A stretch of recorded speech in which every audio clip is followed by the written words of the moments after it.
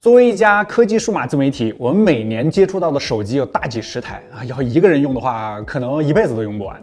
工作室的小伙伴们也经常换不同的手机进行体验。其中有一位小伙伴啊，刚加入的时候，他坚称自己是10多年的果粉啊，没有用过安卓手机。在我们内部，他也一直负责苹果生态相关的项目。但最近我发现他竟然开始用安卓了。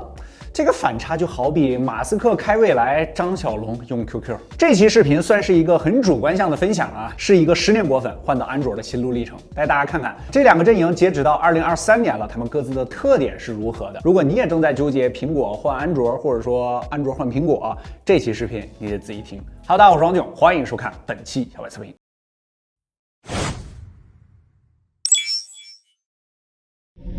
我们俩好好聊了一下啊，我最先问他就是啊，你为什么不坚定了啊？为什么要换了啊？他最先提到的就是影像的新鲜感啊。其实我想了一下，哪怕是我自己每次苹果出完新 iPhone， 我导完资料之后，看着和以前一模一样的这桌面图标，这新鲜感下降的速度也是越来越快的啊。这2年我注意过，差不多也就是1-2个星期就没什么太大感知了。在国产厂商啊都在卷拍照讲光影质感的时候 ，iPhone 的影像呢还在追求真实。你说它坚定自我也行啊，你说它一成不变也可以。这后期空间确实比较大，但有的时候啊就想发个朋友圈、发个微博啊，还需要一张张的修图调色啊，就觉得很麻烦，还时不时的遇到人脸浮光啊、锐化翻车啊、避免鬼影啊等等问题。国产厂商这边通常是比较讨好眼球的风格，你可以选择一个自己喜欢的啊，直出啊就挺漂亮的了啊，基本不用再修图了。目前来说啊，对于影像有要求的人啊，早已经从之前拍不拍得到啊这个需求啊，升级成了如今拍不拍得好了。是这样认为的小伙伴可以扣分1。接着他又聊到了2个算是苹果老生常谈的问题了，就是信号和充电。要么是莫名的信号满格但是没有网，要么是从忙期出来啊切换速度比较慢，隔壁安卓用户这边上网的飞起了 ，iPhone 用户只能划划桌面等等信号。有过这种场景的小伙伴扣1。充电就更不用说了啊，最快也就240瓦，10分钟充满了。iPhone 这边最快还是27瓦，动辄1-2个小时充满，温度一高速度还下降。然后他提到的是游戏，这哥们儿以前是个重度游戏爱好者啊，现在自己说他是被教育的不打游戏了。每年 iPhone 都说自己相比于上代性能提升了多少啊，但是光堆性能不堆散热啊，打几局王者帧率都稳不下来，更不要说什么吃鸡原神中毒了。他说有一次夏天热一点啊，他连原神那个门还没加载进去，手机就已经开始发热降亮度了。这小伙伴到今年实在是不行了啊，自己买了一台 X6 Pro 啊，真是自费购买的啊。拿到这手机的前几天啊，他说第一次亲身体验侧滑返回、这程序小窗这些功能时，真的可以说打开了新世界的大门。像我这种长期双持的人其实没啥感知，但你要相信啊，这种10年果粉换过来的惊喜感那是足足的。相比于苹果给你什么功能就用什么功能来说，安卓这边的可玩性确实要高不少。第一次正式长期的用安卓，这新鲜感还是比较重的啊。这个功能没见过玩一下，那种场景看着不错，拍照试一试，使用率高了，充电次数也多了，100瓦充电，半个小时左右就能充满啊，给这哥们儿着实爽了一把啊！出去逛街都不用租什么充电宝了，这商场找个柜台充个10分钟就回血不少。你说的这么好听，不还是要带充电器？你们苹果用户出门不用带充电宝的吗？他说换上安卓之后啊，影像这个3倍潜望长焦自己挺喜欢的啊。虽然之前也用过 iPhone 13 Pro 啊，也有一个3倍，但是只要光线稍微暗一点，这取景就会变成主摄裁切，很多时候一个留恋的瞬间，拍完之后才发现糊成一片。那你怎么不买我小米13 Ultra？我买这个的时候，小米都还没有出。他入手这台机没多久啊，我们工作室组织一起去了一趟环球影城玩，他还和我分享了不少当时拍的照片。有一件事儿，他说印象深刻，在哈利波特霍格沃兹室内排队时啊，工作室另外一个用 iPhone 的小伙伴说啊，你看我这拍的都是什么？要么乌漆麻黑，要么就是糊的。索性最后自己不拍了啊，让这小伙伴多拍一点啊，然后再互传。咱们不得不说，安卓这边在暗光环境下的表现真的是很强了，快门的时间也比较短。不过他这台 X6 Pro 当时还是比较初版的系统，长焦锐化上有的时候比较明显啊，在快速抓拍的时候也有糊掉的情况。首发入这台机的小伙伴不知道有没有同感，而且他还说更新其实也没有那么快啊，直到现在最新的130版本才有一些比较明显的改善。聊到这儿的时候，我看他这意思，看他这神情，感觉这换阵营是非常彻底了啊。但紧接着他又说了不少啊自己换到安卓之后碰到的各种问题，最明显的啊就是软件动画。之前我们出过一期 iPhone 动效的秘密啊，聊了很多关于 iOS 在动画设计方面的特点。为什么你就觉得这个苹果比比安卓动画要舒服一些，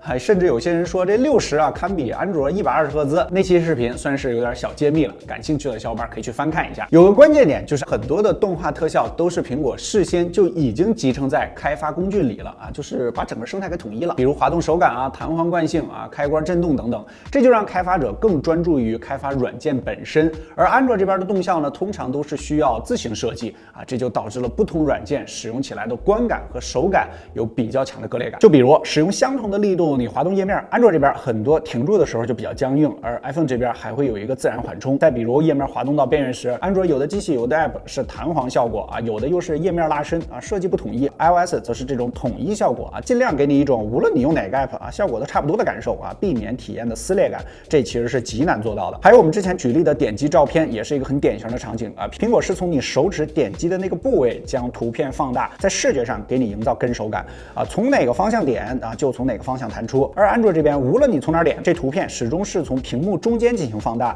你可能觉得这好像也没啥啊，但跟手感啊这3个字就是这么一点一点累积出来的。在用绿厂安卓这1-2个月之中，他说还遇到的感知明显的问题就是通知推送，在苹果上想收到通知啊，只需要开关通知权限就可以了，软件的消息推送都通过苹果自己的 APNS 通道，而安卓这边通常还要在意需不需要锁定后台，需不需要设置自启动或者关联启动。电池小的机型你还要在意打开了会不会额外增加耗电啊，用起来确实没有苹果那么省心。当然这时候估计有很多人吐槽啊，苹果的通知延迟问题啊，我自己就深受其害啊，但至少在通知设置上，苹果确实更容易简单上手一些啊，门槛更低。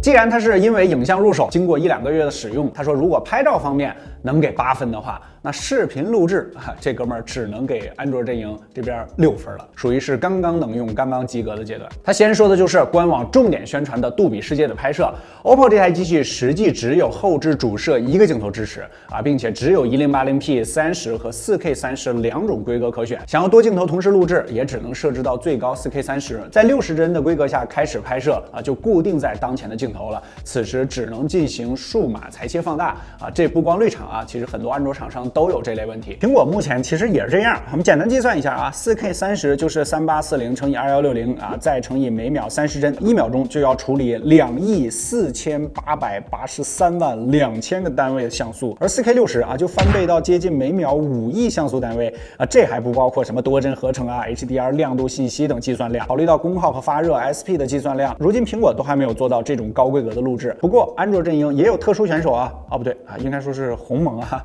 就是华为啊，至少在我们测试的 P40、50、60中啊，它都支持 4K 60规格下啊超广到主摄或者主摄到潜望的切换。虽然这切换过程中也会卡一下啊，但至少在多焦段构图上咱们多了一个选择嘛，不用中断录制啊，这一点还是很值得点赞的。OPPO 在视频录制上确实不是它的强项，苹果这边就更少让用户操心，视频录制也非常稳定，哪怕是前置都可以录制 4K 60的杜比世界。种种限制让小伙伴更加倾向于把它当做一台照相机，而不是一台摄影机。很多时候视频录制它又掏出苹果了，这其实也是很多视频创作者都用 iPhone 的重要原因。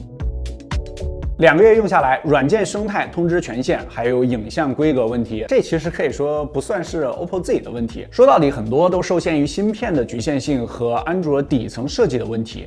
苹果从芯片到系统的设计都掌握在自己的手里，很多地方这优势也是很明显的。到最后的最后，这安卓到底还是不能满足这位小伙伴的使用需求啊！又考虑到自己用了这么多年的苹果，身边的苹果设备和生态绑定啊，最后他思考的结果就是变成双持的相互补充。现在是双持的小伙伴可以扣分1。双持的缺点也非常明显因为我自己就是一个双持，还有一个是折叠屏首先就是带着真不方便，不同平台来回切换使用，这割裂感呢也会很强。为了轻便他甚至还把自己的13 Pro 换成了13 mini， 这样既保留了 iOS 的使用习惯和生态数据，也缓解了半斤机带来的厚重手感。这部13 mini 变成了他之前 Apple Watch、iPad、Mac 的系统中枢。OPPO 对于他来说就像变成了一台能打电话的相机。他说自己又用互传之类的软件，通过局域网或热点，在不消耗流量、不压缩画质的情况下相互传照片。2个平台的文件也可以通过 OneDrive 之类的云盘相互同步。而且安卓手机收到短信验证码，还可以通过这个叫软件转发器的软件，